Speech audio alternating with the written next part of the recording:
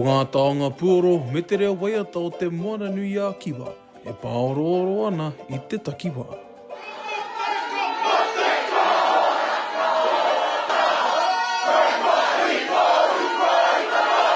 Tokorima ngā pauariki o Te Moana-nui-a-Kiwa tai mai ai ki a Te Arikinui Kuini Nga wai hono I te pō.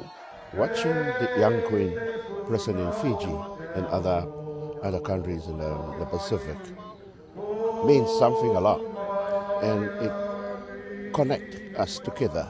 Pewea te whakawhanake I te kotahitanga o Te Moana-nui-a-Kiwa kātahi,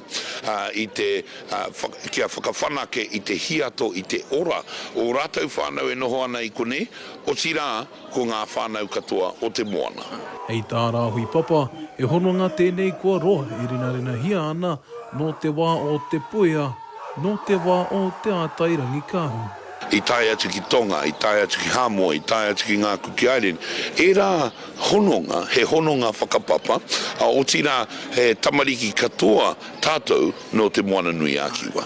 We wanted to congratulate the Queen for her very first coronation after late King's passing. It's a very important event for her and we feel very happy and privileged to be here, to give our support to her, to be here and also to be a part of the celebration. Koe nei te Koroneihana tuatahi, a tēnei tokorua o Inia. A e whai wāhi ana rātau ki te tuku mihi, ki te Arikinui, mā tēnei tau pāngahau. It is very sweet, like for the Queen to personally receive the message doesn't happen in many places and it's quite personal. It shows how loving she is, how caring she is and how approachable she is.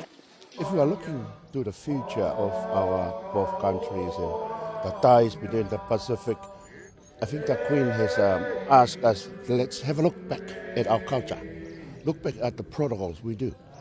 How can we make it better? Okay? How can we enhance it? How can the young people be part of this? Te ahua nei he hia hoki o Te Moana-nui-a-Kiwa ke whakangungu a te hunga rangatahi, hei rangatira a te wā. Te Kawa Paora, Aukaha.